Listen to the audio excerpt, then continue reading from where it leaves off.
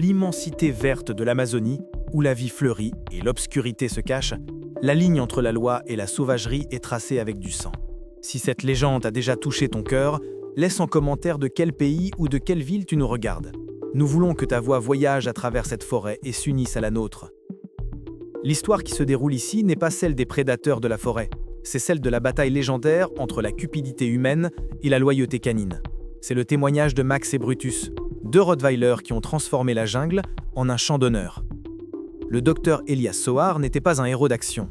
C'était un biologiste, un homme de science, dont la mission était de protéger la vie. Mais ce jour-là, dans une clairière humide et suffocante, lui et sa petite équipe de protecteurs de l'environnement sont devenus l'innocence menacée.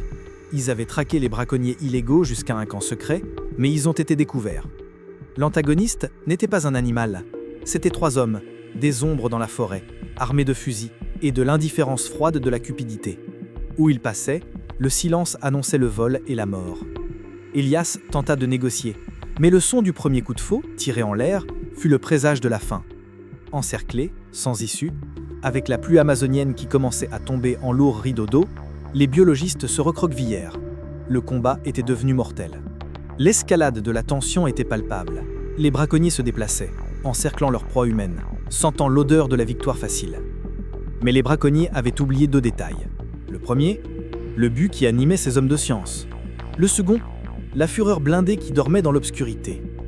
L'arrivée des héros ne fut pas un cri, mais une explosion silencieuse de muscles. Max et Brutus, deux Rottweilers massifs, des yeux sombres d'intelligence presque humaine et la loyauté gravée dans chaque fibre. Ce n'étaient pas des chiens de compagnie, c'étaient des protecteurs, entraînés pour la guerre. Ils n'hésitèrent pas. Leur but était unique, défendre leurs humains.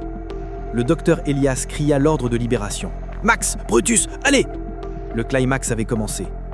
La jungle, sous la pluie torrentielle, se transforma en un champ de guerre. Les chiens avancèrent comme des flèches de fureur, deux tonnerres noirs déchirant l'horizon vert. Les braconniers étaient confiants. Ils rirent de l'ordre d'Elias. Après tout, ce n'étaient que des chiens.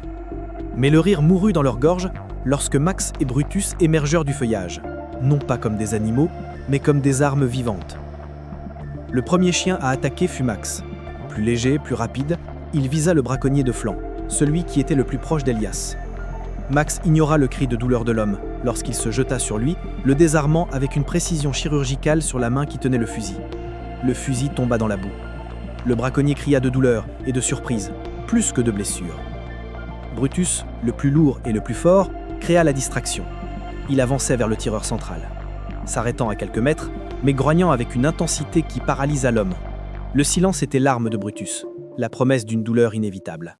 Le troisième braconnier, plus expérimenté, visa Brutus. Un coup de feu déchira l'air humide, frappant l'arbre à côté du chien.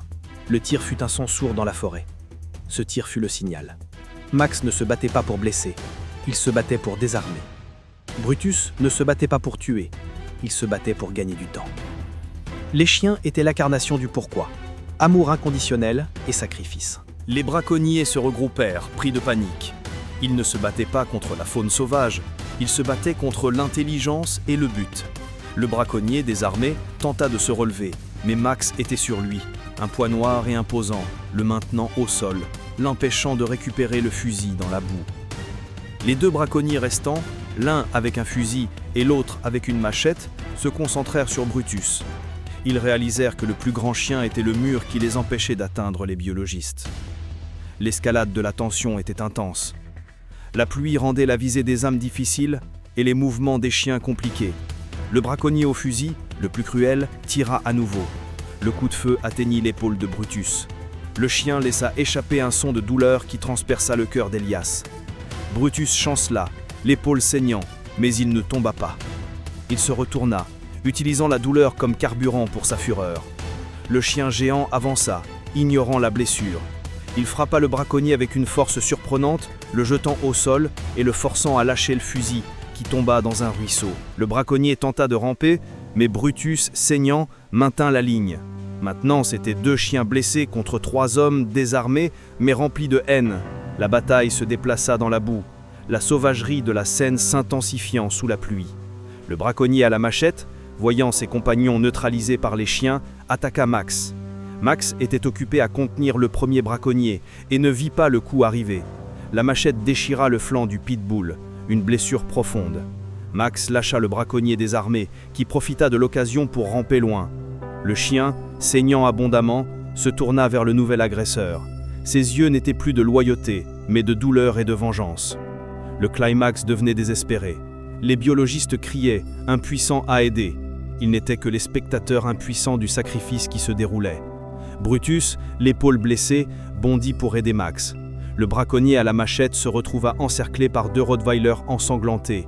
Il se retourna, terrifié, et s'enfuit. Max et Brutus ne le suivirent pas. Ils revinrent au centre de la clairière, épuisés, saignants, mais victorieux. Les 2 autres braconniers s'étaient enfuis dans la confusion, mais ils ne pouvaient pas risquer la vie des biologistes. Les chiens devaient maintenir la position. Le coup de la victoire, cependant, allait être payé. La pluie continuait de tomber, lavant le sang des chiens, mais pas la douleur. Les biologistes osèrent enfin s'approcher. Elias s'effondra à côté de Max, essayant d'arrêter l'hémorragie de la coupure profonde avec un morceau de tissu déchiré. Brutus haletait, mais restait debout, observant la forêt. La conclusion émotionnelle était un mélange de soulagement et de terreur. Ils étaient sauvés, mais à quel prix? Et c'est alors que Brutus émit un grognement différent. Non pas un grognement de fureur, mais un grognement d'avertissement. L'ombre était revenue. Le braconnier à la machette était revenu, non pas seul.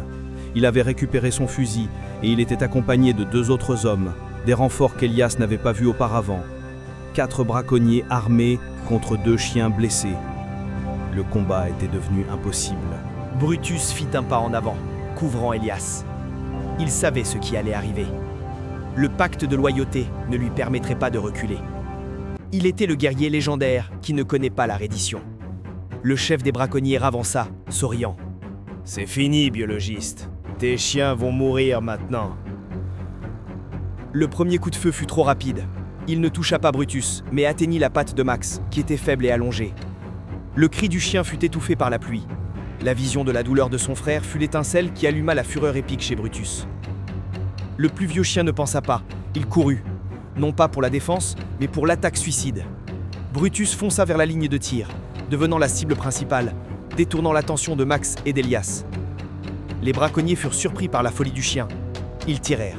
1, 2, 3 fois. Brutus chancela, mais ne tomba pas. L'instinct d'amour le maintenait debout.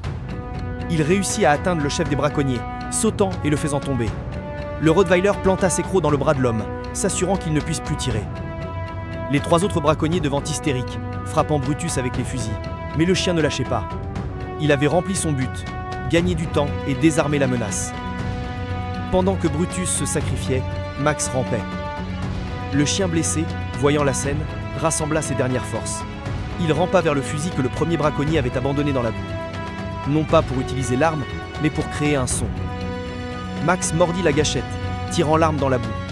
Le bruit du coup de feu supplémentaire, venant d'une direction inattendue, déconcertait les braconniers. Ce fut la distraction qui sauva la journée. Au même instant, le son d'un hélicoptère envahit la clairière. La police forestière, qui suivait la trace des biologistes et avait entendu les premiers tirs, était arrivée. Les braconniers se dispersèrent immédiatement, disparaissant dans la forêt. Leur cupidité n'était pas plus grande que la peur de la loi. La clairière redevint silencieuse. La pluie, la douleur, le sang. Brutus était allongé, immobile, à côté du braconnier blessé qui l'avait forcé à se rendre. Max rampait, gémissant, à côté du fusil abandonné. Les chiens avaient gagné, mais le prix du sacrifice était visible. Les braconniers furent arrêtés et les biologistes furent secourus. Mais l'attention se portait sur les chiens. Max, malgré de graves blessures, survécut. Il devint la preuve vivante de la bataille, le guerrier légendaire qui utilisa l'intelligence et le courage. Brutus, cependant, ne résista pas. Il mourut en chemin vers les soins, dans les bras d'Elias.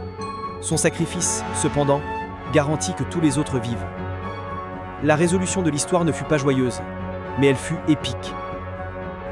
L'histoire fut documentée, racontée par Elias jusqu'à devenir une légende dans la communauté de protection de l'Amazonie. Max et Brutus, les rottweilers, ne sont plus seulement des chiens. Ils sont les gardiens de la forêt, les héros qui ont montré que la force d'un rottweiler n'est pas dans sa morsure, mais dans son cœur. Le sacrifice de Brutus fut l'acte d'amour inconditionnel qui scella la victoire.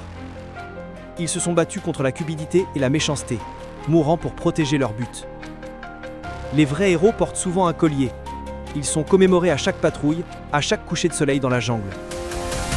Si cette histoire a touché ton cœur, partage-la. Pour que la légende reste vivante, même dans les ombres. Parce que le vrai courage ne rugit pas toujours. Et toi, qui as écouté cette histoire, que ferais-tu pour honorer le sacrifice de Brutus? Laisse ton like, active les notifications et partage cette vidéo pour que plus de gens découvrent les légendes que la nature cache. Commente ci-dessous ce que tu as pensé de cette histoire épique. On se retrouve pour la prochaine aventure. De l'obscurité naît la vérité.